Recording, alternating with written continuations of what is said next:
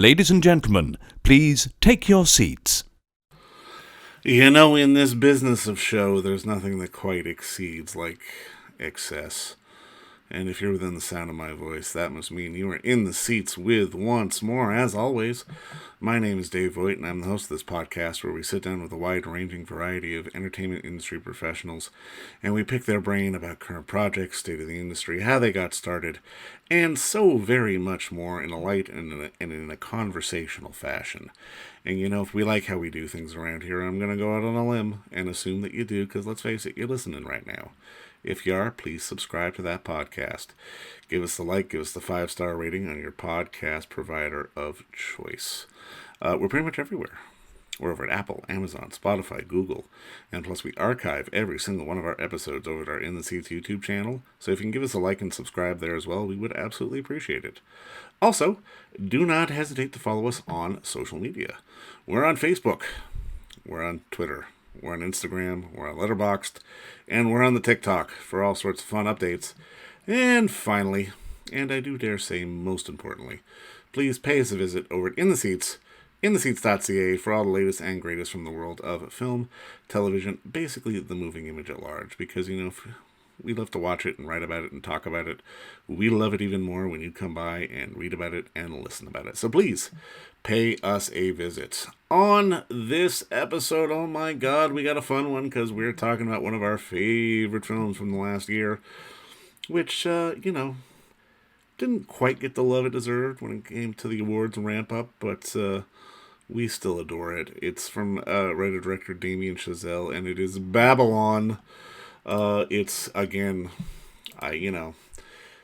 this movie is everything, at least from my perspective, when it comes to sort of the, recapping or encapsulating sort of the madness of Hollywood. It's a tale of ambition, excess, a Shakespearean rise and fall during the early days of Hollywood. It is decadence, it is depravity, it is music, it is spectacle, it is a feast for the senses, at which I cannot stress enough. And, if you haven't seen it, it is still playing in select theaters, but also it's available on Paramount Plus, but it's also available on video on demand now in advance of the 4K and Blu-ray coming out at retailers at the end of March. But in the build-up to this film, from the promotion of this film, we had the unique pleasure of sitting down with, someone who has been nominated for an Academy Award for the film, but he has worked with Damien Chazelle before, and he is composer Justin Hurwitz, and we talked about crafting music for a film like this, and just sort of diving into the excess of it all, and really sort of crafting what is very much a sonic landscape that they lay onto a film, which is just like visually, almost really visually overwhelming. It's fascinating to watch. It's fascinating to listen to. And if I haven't told you already enough, go check out Babylon. There are many ways to do it. Like I said, Paramount Plus, video on demand. Or you can wait until the 4K or the Blu-ray come out at the end of March. But first, enjoy our talk with Justin Hurwitz, because between you and me, it is a darn good one. Justin, obviously, man, first off, just thank you so much for the time today, and congrats on the work, man. Thank you, David. Good to speak with you. Now, I guess my first question is, like, on something like this, which is so big and so expansive, not just visually, but musically as well. When you're set out to build music for something like this, like, do you have a sound in mind, or do you have to kind of like trying to focus on an instrument and then kind of build it out from there? Yeah. So, my first step was reading Damien's script, which laid out not instruments, although I guess there were bands described, trumpet, obviously, and other bands described in the script, but certainly the tone of the movie was described in the script. We could tell there was hedonism in this movie. There were these wild parties. There were these, he'd even write in the script, even for non-party music, just for montages. Sometimes he'd write like fast jazz carries us through this sequence. So there were certain clues of how like energetic and fun and aggressive this music had to be.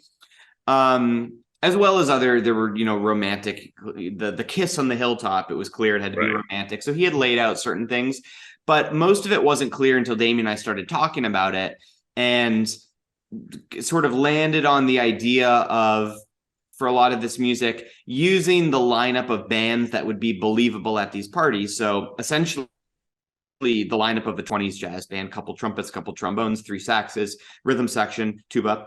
But the style of the writing, we talked about, what if we drew on more modern things like dance music? What if we drew on like EDM, the feeling EDM gives you, where these risers that build anticipation and then throw you into a new section. But instead of using electronic elements and risers, we use horns. So we use horns to rise and then throw us into, maybe the beat drops or something. So it was through talking with Damien about how we could give us the feeling of these parties, but using the lineup of musicians that you could believe would actually be there in the 20s. So that it was through the script, and then a lot of discussions with Damien where we came to some of these ideas. No, I mean, there's something about your relationship with Damien, because, I mean, obviously many of his narratives are driven by music, but conversely, your music also drives the narrative. Like, what is it about having a partnership like that which makes for such success that you've both had? Well, I mean, I've known Damien more than half my life at this point. We met when we were 18. And so we've got a very close relationship. We really kind of know what the other person thinks and wants, and we can anticipate, what's going to work. I've gotten a lot better over the years at sort of figuring out what's in his head. That being said, it's never easy. I still get no before I get a yes on any given piece of music, but I'm better at sort of knowing where to aim. And I think one thing that I appreciate so much about Damien, and I feel very, very lucky to have found him and for that to be the filmmaker I collaborate with, is he cares about music so much, and he thinks about music in his filmmaking process probably earlier than most filmmakers. I mean, he's really thinking about music and wants to hear themes and start thinking about the sound before he's even shot the movie, which is not that common. So it gives me time to dive in early, really explore, really take the time I need to go through my process of finding the melodies, finding the instrumentation, being able to really develop it along with him.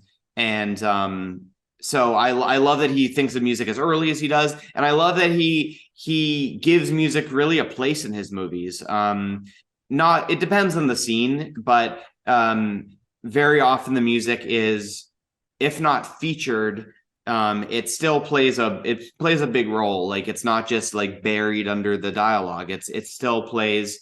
Again, it depends on the scene, but I get to write music that is it can sort of play out with its own musical logic under the scene. That's another thing I love about the way he thinks about film scores, is the cues he loves. And he introduced me to like French New Wave scores and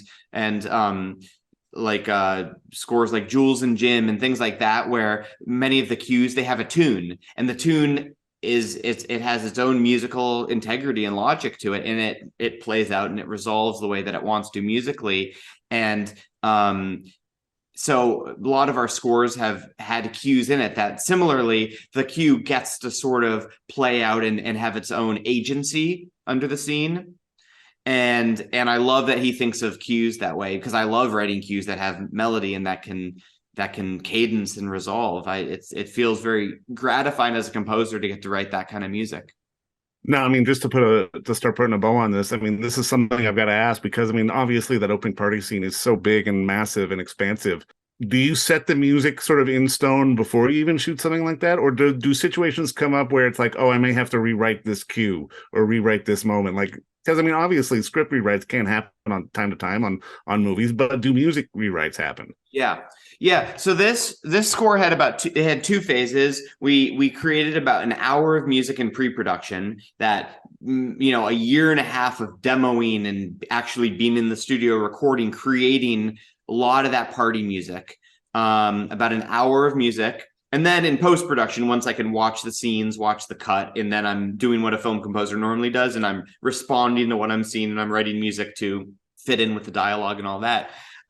When it comes to that first hour of music, the music that was created and recorded in pre-production, it was like pretty close to locked at that point, because Damien had done such careful and detailed storyboards, and he had really planned out. I mean, he makes literally thousands of pages of storyboards, hand-drawn stick figures, and then he cuts animatics. So he's cutting animation basically out of his animatics, out of his hand-drawn storyboard, and I'm writing demos. So the lengths and the structure and the architecture of my music is being developed along with his storyboard. So by the time we get to the shoot and then post-production, it has been very, very well planned and structured. That being said, things always do change in post-production. So while I'm writing that second hour of music in post, I'm still going back and I'm retooling, restructuring a lot of those pre-records, lengthening things, shortening things,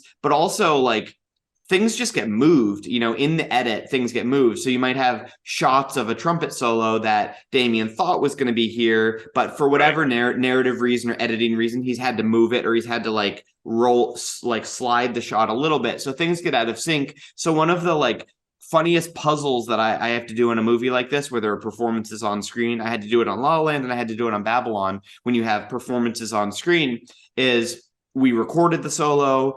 Jovan Adepo, who plays Sydney the trumpeter, played it perfectly. His fingering is perfectly in sync. But because something moves in editing, now the fingering is totally out of sync. So I have to write a new solo that will fit the fingers. And it's such an interesting puzzle I have to do, because I have to balance the needs of writing something that will fit, but will also be musical. So I'm like, what's the best musical thing? It might not be the solo I would write if I could do anything, but what's the thing, what is best musically that will also fit exactly what the fingers are doing timing wise? So it's this very weird puzzle I have to do sometimes, a few times a movie on this kind of movie. That's absolutely insane. But man, the stuff you and Damien have put on the screen is just absolutely fantastic. I've watched it 3 times. I can't wait for the next 300 times I get to watch it. It is such a fun ride. But again, congrats on the work, and thank you so much for the time today. And don't forget to visit our friends over at Bay Street Video for all your DVD, Blu-ray rental, or purchasing needs this summer, as they are still open for curbside and some mailing delivery as well. Over at 1172 Bay Street, Toronto, Ontario, Canada, you can give them a call at 416-964-9088. That's 416-964-9088. Or send them an email at baystreetvideoto@gmail.com for any of your DVD and Blu-ray needs.